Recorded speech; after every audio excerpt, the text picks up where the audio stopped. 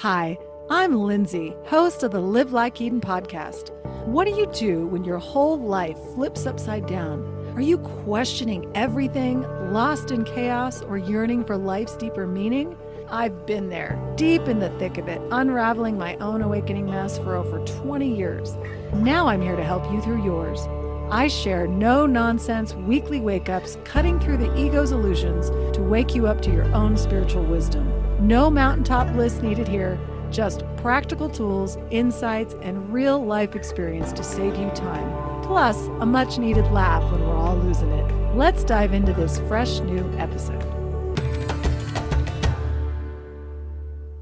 Today, I sat down with Ravi Kathuria. He's a business thought leader. He spent years developing his own businesses, as well as coaching other businesses on cohesion. He's written a leadership book, but he's here today to discuss spirituality, the simplicity of spirituality. He recently wrote a book called Happy Soul, Hungry Mind. He's here to talk about it with us and remind us how to access our own spiritual nature without all the complication that the world wants to throw in our faces. I hope you enjoy our chat. I will link everything about Ravi in the show notes, and I will see you back here next week.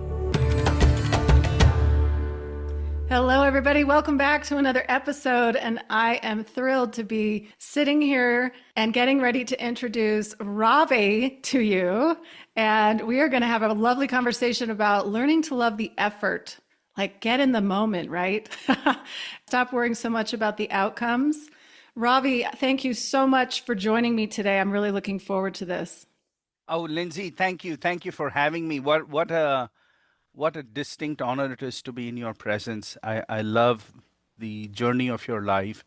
I love what you're doing. I love the messages that you're delivering to the world and helping them see who they are and what they need to focus on. How beautiful is that? We all need those reminders. So, Lindsay, thank you so much for your work and for your focus. God bless you. Oh, thank you. Thank you for that kind message. And I'm excited to hear all about you doing the very same thing. You are a business thought leader, which I think this is very interesting. You're a speaker. And now not only have you written, looks like a leadership book, but now you've written a spiritual book. So I'm really kind of curious how you go from the business world into talking about spirituality, or if you combined them, both of them. But maybe we could just get started first, Ravi, by why don't you just tell us about you, your connection to spirituality, a little bit about yourself and how you got to be where you are sitting right here talking to me. Ooh, okay. All right. Let's go a million feet high then. I want to say hello to your listeners. Thank you for listening to Lindsay today and including me in this conversation. So let me introduce myself to you. Here it comes, listeners. Please be ready. I am the universe. I'm not the entire universe. It's not a statement of arrogance or ego, but I am very much the essence of the universe. I am from the universe, by the universe, for the universe, as so are we all, right? We are all part of this universe. Right. And nobody can give the universe or put the universe in us, and nobody can take it out of us. Even when if they destroy us, we're still going to be the universe. We're just going to be in different forms, but we are the universe eternally. How cool is that, and how crazy is that, my friends? I mean, beyond that, how can I top that? Anything else that I say in my introduction is going to be fair. I mean, how do I, that's it, right? Yeah. What else do you want to know about me? Well, that might be one of the most honest answers I've ever heard anyone say, because what you're getting at is you're talking about getting out of your mind, your identity, the connection to a body, and you're really saying this is what we are. And I'm hinting that maybe this is your message, right? Yes, this is absolutely, yes, Miss Lindsay. Absolutely, that is who we are. The character that we play is interesting, but That's a light word. it's interesting and at least in my case, annoying to many. Right. I tell them, hey, I appreciate your annoyance with me, but it's just a character. Please don't take me too seriously. I am the universe, and so are you, right? We are Yeah. so caught up in our lives. I'm caught up in my problems, in my desires. I'm caught up in what I'm trying to do, what I'm trying to make happen, right? How important I am, right? Uh, how Right. I should be respected, and right? Yeah. Uh, but at the end of the day, I'm just stardust. We are all stardust, right? We came from stars, and that's who we are. And then when you remind yourself of that, and you strip yourself of your fears, your desires, your anxieties, your aspirations, your relationships, both love relationships and hate relationships, right? When you dissolve yourself, when you step away from your ego, your very identity, everything that you know, all your knowledge and all your wisdom, when we separate ourselves from that, our assets, our accomplishments, my God, when we give up all of that, what is left? Happiness. Ooh. Well, I Oh. mean, it seems like we're kind of nuts when we do all that, you know? Yeah, look at that. Look at the answer that Miss Lindsay has given, friends. Think about that. All our lives, we chase the things that I talked about giving up. We spend all our lives trying to, grow assets, build a career, build a reputation, trying to find love, trying to feed our egos and identity, reputations and careers, right? That's what we think makes us happy. And here, Miss Lindsay says, when we give up all of that, we are left with just pure happiness. Yeah. And friends, you better pay attention to her message. That is so powerful, right? That is so powerful because that is what will transform your life. It makes you, I was going to say, it makes you part of the universe. That's not true. You're already part of the universe. It makes you realize who you are, who you truly are. Wow. If you're driving, stop, get out of the car and start dancing now. If you're at home or at work, maybe not at work, but I, I don't want to get messages later, Ravi. I went and told the boss I'm the universe. You've been in the workplace. You know what it's like in there, right? I mean, Yes, yes. what is that like? If you ever brought your Ooh. spiritual message into the workplace, because man, Yes. that's needed. Yeah. Yeah. This book, Lindsay talked about my two books. My first book is I've been I've started two companies in my career. I did work for corporate America, paid my dues. Then I said there has to be something better, and so then I started my own management consulting executive coaching firm. I did that. Then I started one more company which hosts strategic conferences where executives come and we talk about strategy. So I come from the business world, coaching top level executives and coaching some very powerful, successful, rich people, right? So I Mm-hmm. come from that work, and my first book is the story of a CEO, how he thinks he's the best thing that walked the earth since sliced bread. This is a man who really thinks highly of himself. But what he realizes is the harder he tries to take the organization to the next level, the more he struggles. Mm. So it's the story of his how he's transforming the business, but he has to go through a business transformation. So I wrote the book. It was a challenge, but I did it. Got great reviews. Was very happy with it. And then for a time, I started writing my second book, and my older son came to me and said, "What is the second book about?" And I said, "It's going to be about spirituality. It's about non-religious spirituality." And he said, "Dad, your first book is in business. You need to write the second book in the same genre." You're jumping genres, Dad. Yeah, you've confused yourself. You're a businessman. Make the second book about business and build on that, right? Yeah. Don't switch genres. It's like, yeah, to Lindsay asked the question about spirituality and who I am. Uh, I am a businessman. That's what I do. Even till today, I run the two businesses. But that's just the character that I play. The spirituality is who I am since I was born. What a beautiful answer. No one answers that like that. I mean, it's such a great thing to say because then it really is like, well, we're all really on the same playing field, no matter what role you're playing, no matter what money you're making, no matter what you're doing. Yes. We really Yes. are all the same underneath the form. And that is such a Absolutely. lovely thing to talk about. Yeah. Yes, we all, spirituality is not, I say this often, religion is a choice. You can follow a religion or not. Spirituality is not a choice. Mm-hmm. It's in your DNA. You're born with it, Yeah. right? Yeah. If you're a human being, you have spirituality in you.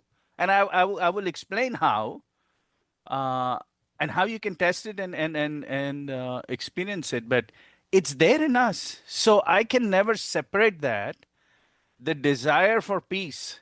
Even when I was young, when I was 14, 15, I remember my friends would be all playing and I would be walking the field, uh, contemplating really some stupid questions at that time. But, it set the stage for me asking these questions.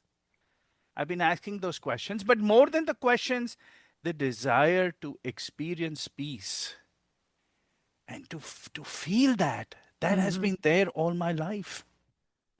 That never leaves me. It leaves it's there even in this moment, right?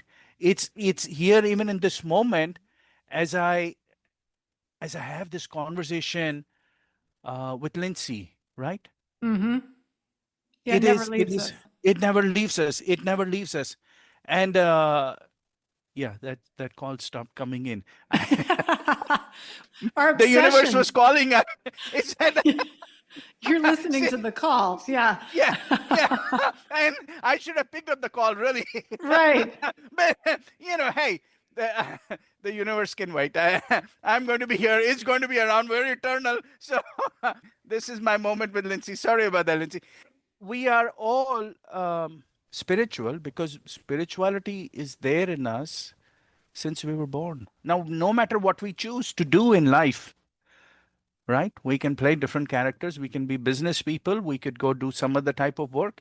Doesn't matter what type of work we do. Doesn't matter what type of lives we live. But we are spiritual from the very beginning, and we will be spiritual always. There is no two ways about it. Right. Well, what is your perception or take on then defining the difference between religion? It seems more like something you're striving outside of yourself in Yeah. dogmatic form sometimes, as opposed to something that's quietly awaiting you inside. So, what Yeah. is your take on the difference between the two? Ooh, now it gets interesting. Now it really gets interesting. I just have to go there immediately. Yeah, yeah. There's no icebreaker. It's That's just right. right to that Why, question. why beat around the bush? Let's get Well, to it. seriously, my listeners will know, like, okay, let's go right to that. Let's go right to it. Let's go right to it. Well, most So, people are raised in a religion, right? Most people in America, anyway, have some form of religious upbringing, maybe mostly Christianity. I don't know about you, but from a young age, I never understood anything that was being taught to me. It just didn't add up in my mind. It didn't make sense. And it was like, well, why don't I have that direct connection yeah, to God or spirit? Why do I have to go through the priest or the minister or whoever? That's my kind of background there, but maybe you can yes, expand on yes, that. yes. And wow, it's like 19 questions in that one question. So let me answer all of that. There goes the mind. Yep. Yeah. No, but what Lindsay said at the very end is so absolutely true. Your connection with God or the spirit or whatever, we're going to get into that, is not dependent on religion. In fact, it does not depend on anything you believe. Ooh, we'll Mm, get into that. Now, as far as religion is concerned, but I am religious. I'm a Hindu, and I mhm. grew up in a Hindu family, and I practice Hindu festivals and rituals. But when it comes to spirituality, religion and spirituality have a glaring difference. I mean, it is a glaring. I mean, they're so far apart because many people, when you talk about religion, they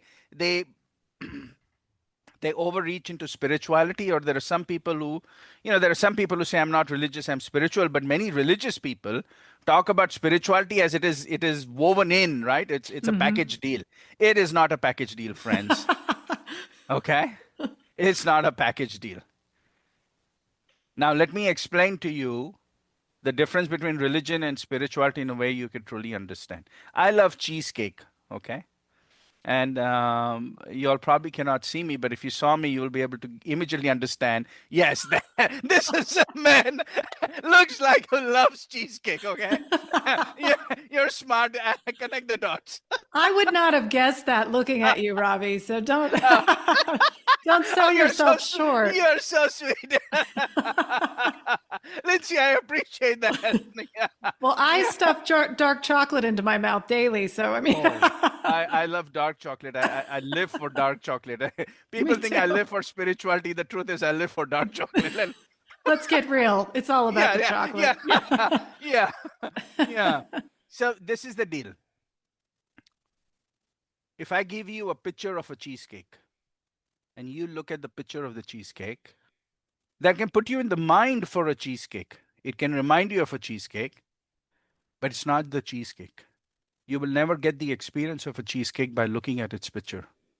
It's only when you eat the cheesecake do you truly know what a cheesecake experience is like.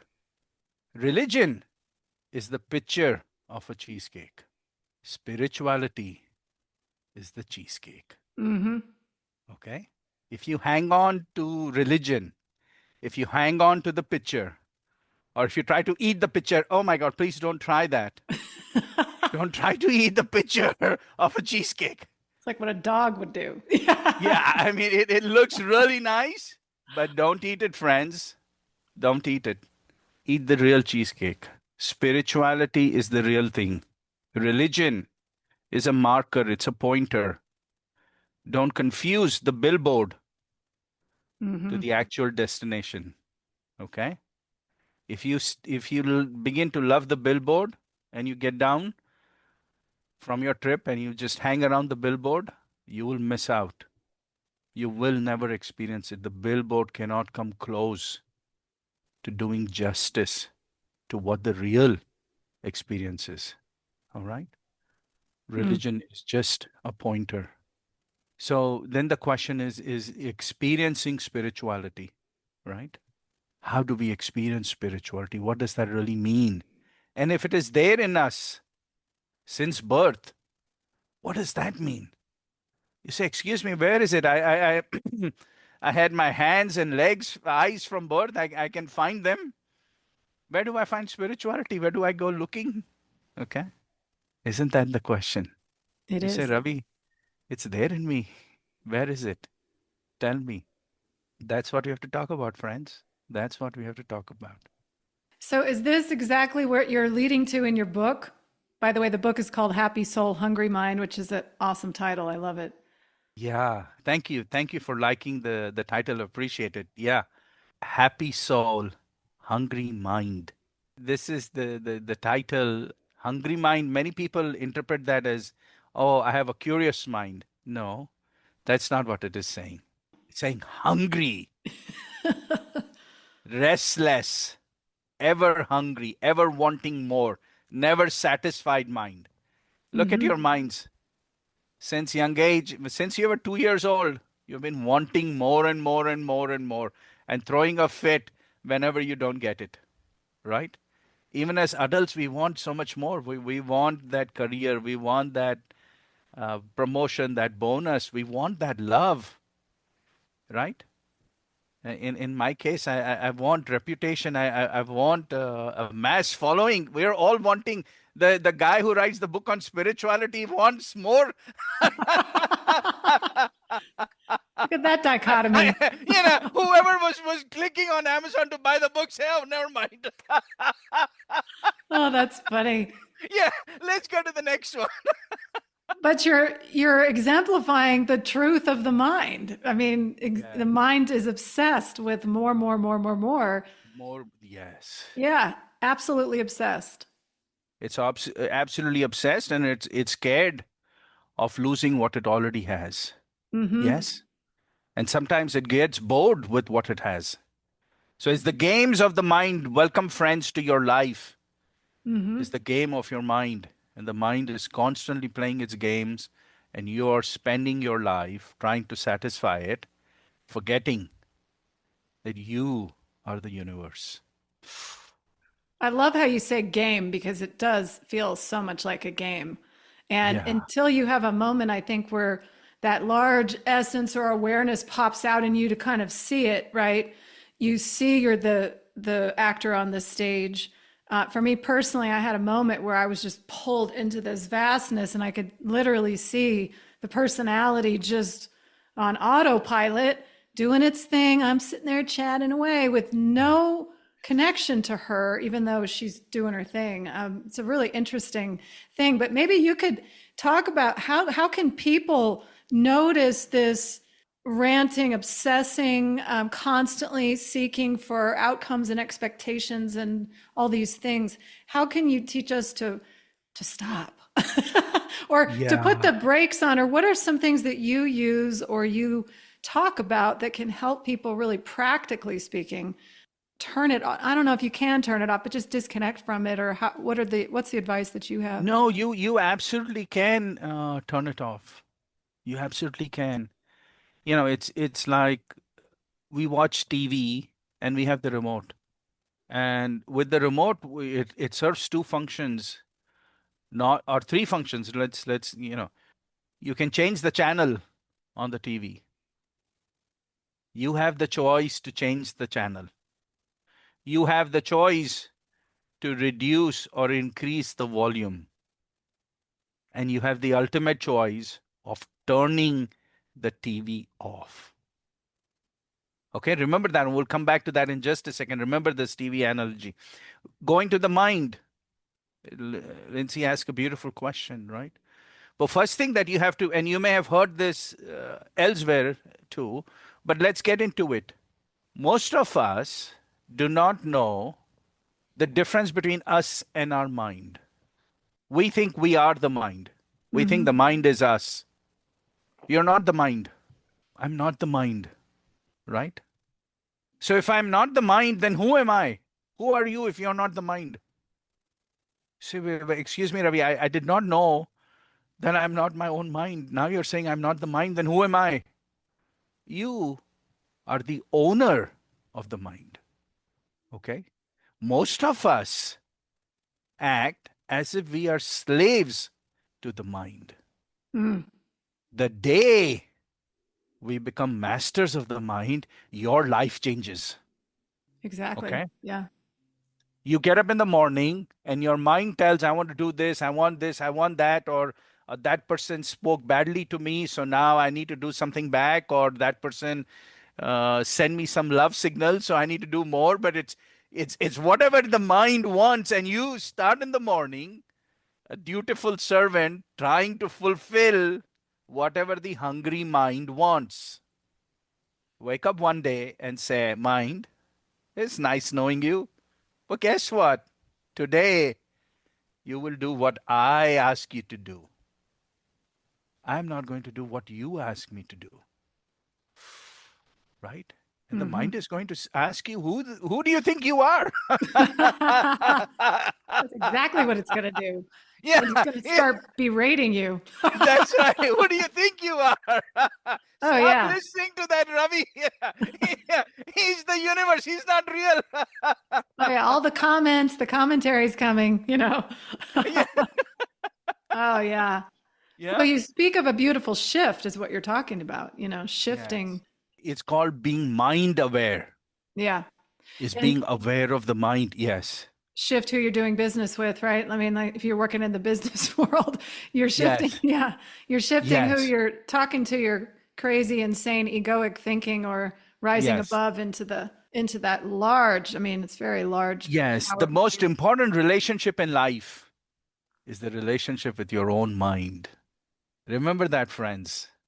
Remember that. This is the relationship with your own mind.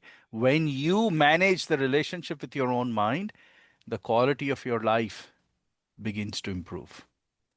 If you are a slave to your mind and you give it complete control over your life, you are going to be whipsawed. It's like hanging by the tail of a dog that is running out of control. You need to be in control of your dog. You need to be in control of your mind. So the first thing is to realize and say, I am not the mind. When people say, oh, I am so angry, I say, wait a minute, that's not true. You are not angry. The right statement would be to say, my mind is so angry. You say, my Right. mind is in love. My mind hates this. My mind is enraged. Okay? And so when you begin to disconnect, to distance yourself from the mind, and you say, my mind is angry, then what it follows is you can ask the next question, why is my mind so angry? What is really bothering it? Why does my mind always want more and more? How can I tell it and say, it's okay, we have enough? Right. I just want to enjoy mind. Just calm down. I'll do whatever you need to do, but we'll calm down. I'll take a break from you. I am going to take the remote control back in my hand and reduce your volume. Ooh, friends, You're going to use that is mute. revolutionary. Right. Take the remote control back in your hands and tell the mind, reduce your volume. Excuse me. Stop screaming at me. Reduce it. I will do whatever I need to take care of you, but I am in control.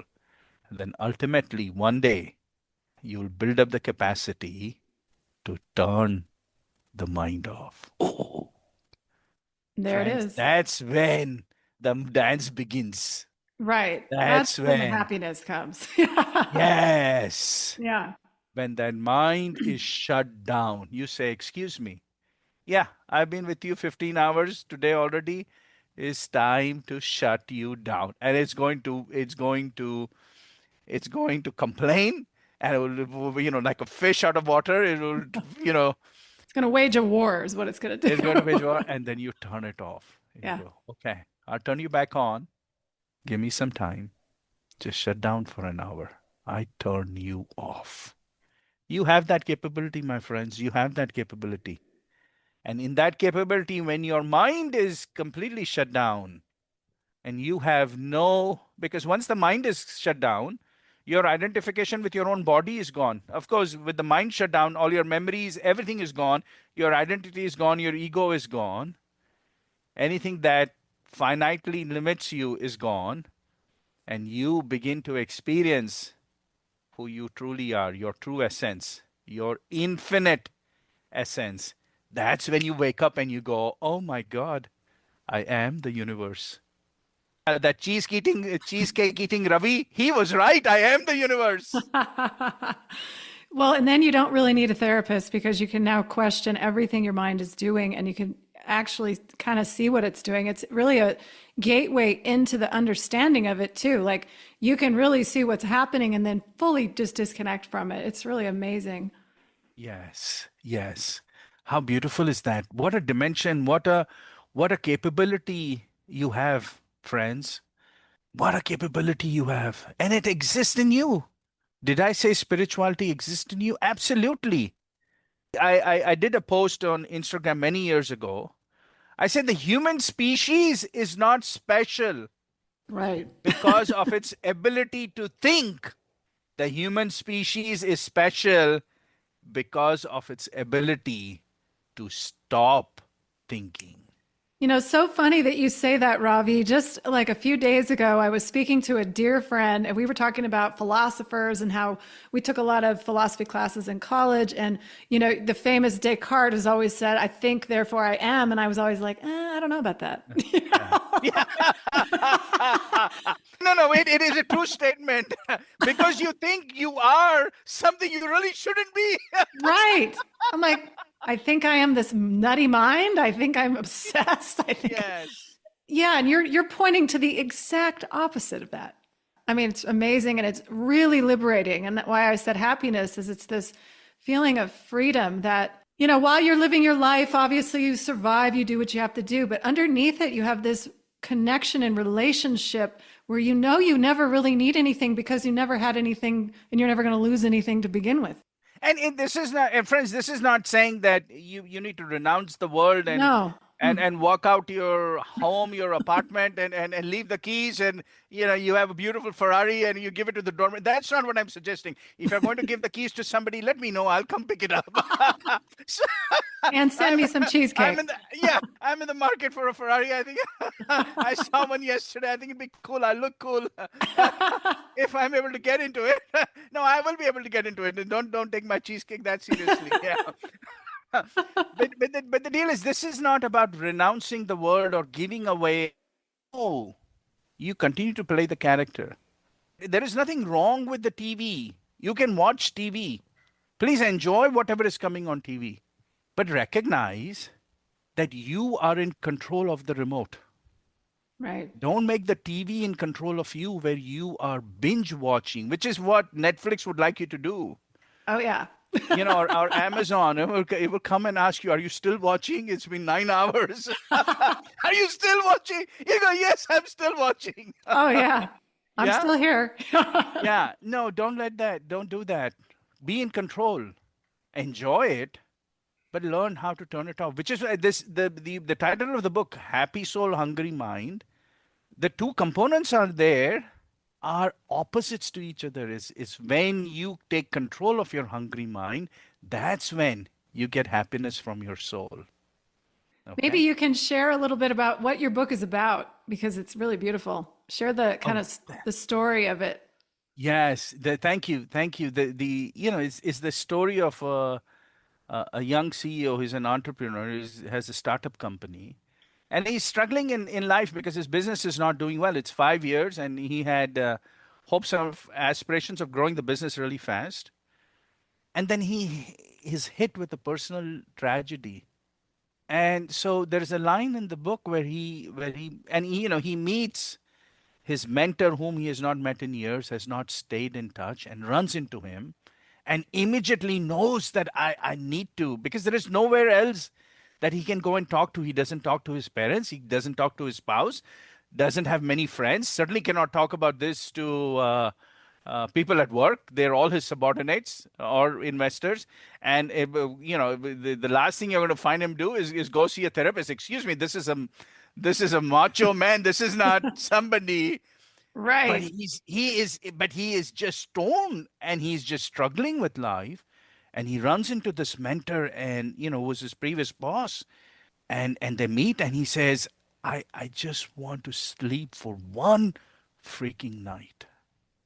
And so this discussion between them about life itself, right? About spirituality. What does spirituality really mean? How does it help us in practical life? How do you help take the essence of spirituality and help you succeed in business? How do you take the essence of spirituality and become peaceful, right? How can I become peaceful and still succeed in business? How can I become peaceful and have a great relationship? How can I become peaceful and deal with the challenges of life, right? Mm-hmm. So that's is the story of, it really is it's a, I say story. It's a conversation between the two men over a period of a day, and they explore and then they push each other. I mean, these are smart people, right? So there is nothing here. The book is not about, hey, believe this because I say it, or have faith. No, this is a logical, right? It's a discussion that has points and counterpoints, and sometimes they're laughing with each other. Sometimes they're laughing at each other. Sometimes they are out to fight with each other, right? And put each other down. But that's a real conversation, Right. right? It's a real conversation, and that's what the book is about. So it's about the spiritual truths, friends. This thing that we talked about, spirituality is in your DNA. Nobody has told you that so far in your life. Why is that? They tell you need to worship outside of you. I mean, if you're religious, They said, yeah. There's no tools or insights really from, at least in our culture, in the West, I should say, that is teaching the young person about connecting within, that they have everything they need with them to build this Yes. foundation with spirit. That is totally missing culturally. I think that it's there. Clearly, it's there. It's just where our attention is not on Yes, and it. nobody is telling you the truth. Right. They're Yeah. sending you on a wild goose chase. Because if I send you on a wild goose chase, you're not going to get anywhere, and then you're going to come back to me and say, "Oh, can you help me?" And I go, "Of course, I will help you. There is a service fees involved, right? If I tell you you have spirituality in you, then why do you need me? You don't need me. In Right. fact, you don't need to read my book because I've already given you the answer." Well, and that's the thing. Everybody's on a wild goose chase. Like you said, they're on a Everybody, they scavenger want hunt. to, yes, they want to go, they want to keep it complicated. They want to cloud it, Mm-hmm. because then you will keep coming back to them. If somebody told you, Right. it's like you're standing, you go to, I don't know, where do you want to go? You may say you want to go to the Niagara Falls, and you're standing there, and the Niagara Falls is right behind you. All you have to turn around. But if I am a tour guide and you say, "Well, how do I go to Niagara Falls?" I'm going to give you a long way around into the city and then come back, right? And then Yeah. ask you to tip me, because if I told you it's right behind you, you go, "Thank you very much. That's all I needed." I say, "No, no, no." Well, that's You're already there. You're standing at the feet of Niagara Falls. You don't need me right. there. Right? Then you're not going to keep, you say, "Okay, well, it was nice." Don't you think there's some aspect of the mind, because the mind is the one that's seeking, right?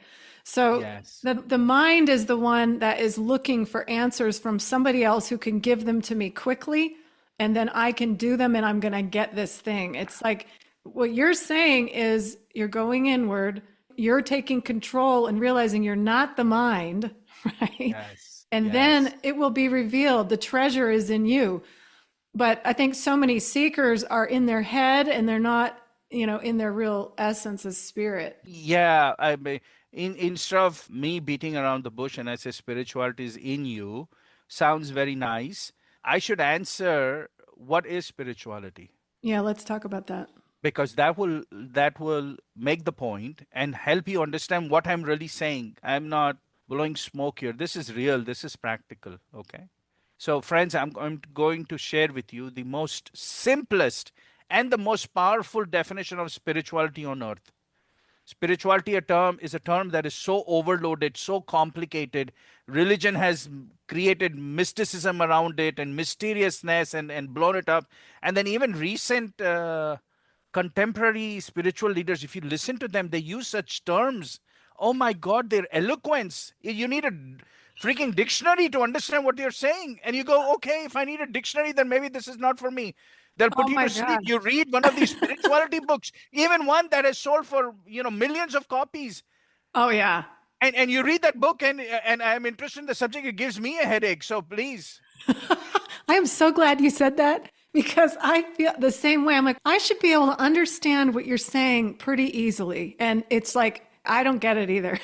They don't get it. And I spent years wondering why spirituality was so difficult. I said, if nature wants us to make progress on spirituality, it needs to be easy. Yeah. How come it's so difficult? And then it hit me one day, spirituality is not difficult. Mm-hmm. It's all these people who want to make money off of you and want to feel important about themselves, Mm-hmm. or are deluded in their own minds, their own hungry minds, have made spirituality complex. So I'm going to give you the simplest definition of spirituality on earth, friends. Spirituality is the experience of your own life force. In you, there is a life energy which keeps you alive. It's whatever you may call it. You may call it a soul, spirit, atma in Sanskrit, whatever term you use in whichever language. But there is a life energy in you. When that leaves, you're no longer alive. They will take your body and do whatever they need to do with it. Okay? But they will say, "You have passed. You have moved on." Wherever they send you, they will give you some destination. But the life energy, as long as it's in you, you're dynamic. Spirituality is just the experience of your own soul. That Mm-hmm. is it. Yeah. It cannot get any simpler than this. If God Himself was to come on earth, He cannot make it simpler, friends. Talk about my ego. No, it's not my ego. I did not create spirituality or its definition. Okay? You didn't create crazy language around it either. I did not create crazy language. I'm not trying to make it important. I am just telling you the earth is round. I am just telling you. Now, I'm really proud of myself that I discovered that the earth is round and everybody else is screaming it's flat and then afraid of falling off the edge. I say there is no edge. The earth is round. But I did not make the earth round. Okay. I did not. I want you to know that. I did not create spirituality. Spirituality is in you. You have the capability to experience your own soul. That is spirituality. You don't need anybody else. You do not need religion. You do not even need God, because in this definition, there is no God. There is no religion. In fact, there is only you and your life force. And it doesn't even specify who you need to be. It doesn't say you need to be rich or poor. It doesn't say that. It doesn't describe what work you do. You could be a pastor, or you could be a, oh my God, this is going to get provocative so fast. You could be a sex worker. It doesn't matter. Ooh, it Do doesn't matter. whatever. You know, you could be straight or Yeah. you could be gay. Right. You could be bisexual, you could be asexual, you could be hypersexual. It doesn't matter what sex you do, how much sex you do, with who you do a sex. Yeah. Does not matter. Right. Because it's you and your soul. Who can interfere in that? Your soul is with you all the time.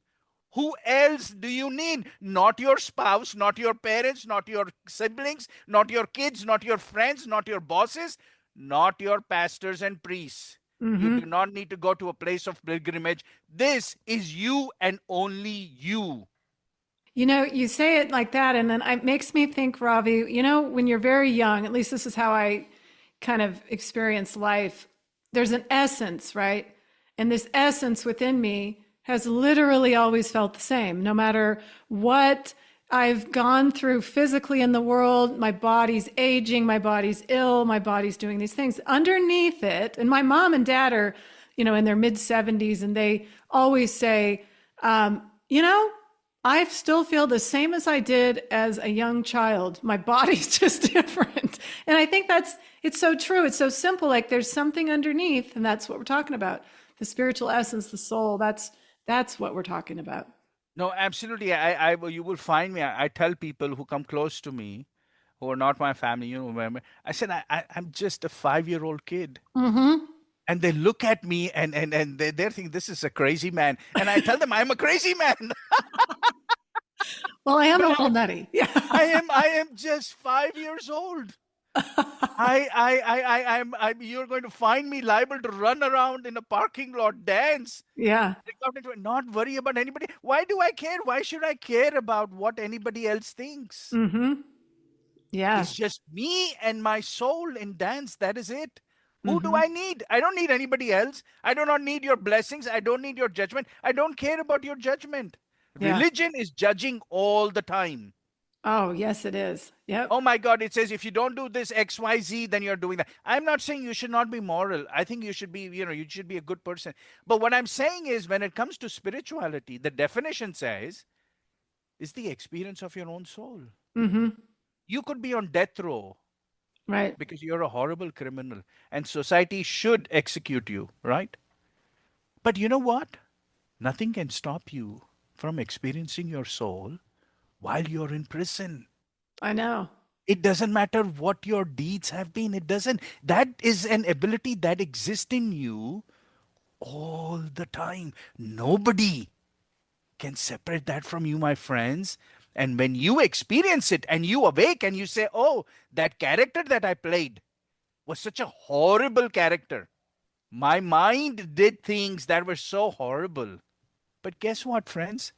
My mind is shut down. I was watching a horrible movie on TV, but I turned it off. Right.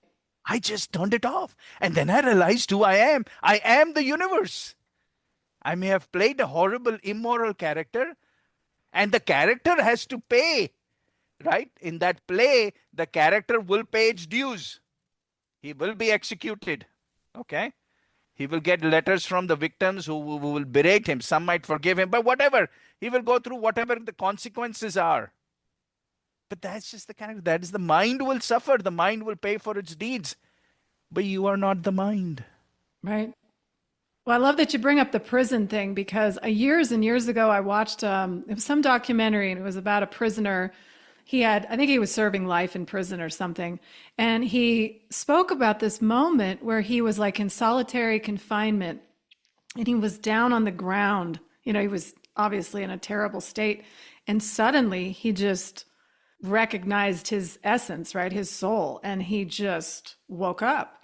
And I loved this story because so much out there today is you have to check off the spiritual to-do task list in order to be a certain spiritual person. And my insides just churn when I hear this, right? Because I'm like, the form is irrelevant. Yeah. Anything that happens to you can be that thing that you need to trigger you inside to the soul. And I love that story that you share Yeah. because Yeah. it can happen in anywhere. Yeah.